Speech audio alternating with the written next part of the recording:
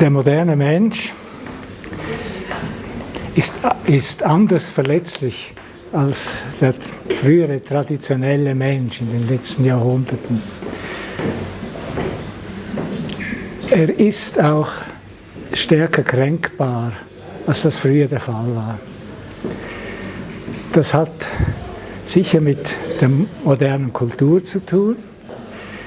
Der moderne Mensch erwartet ja von sich, weil das gleichsam auch die Erwartung der Kultur ist, der Gesellschaft. Ich habe autonom zu sein, ich habe selbstständig zu sein. Das führt natürlich dann dazu, wenn es nicht gelingt, also wenn er scheitert an diesem Ideal, das er von sich hat, dass er verletzt ist. Und zwar verletzt in seinem Selbstwertgefühl. Das spielt heute eine große Rolle.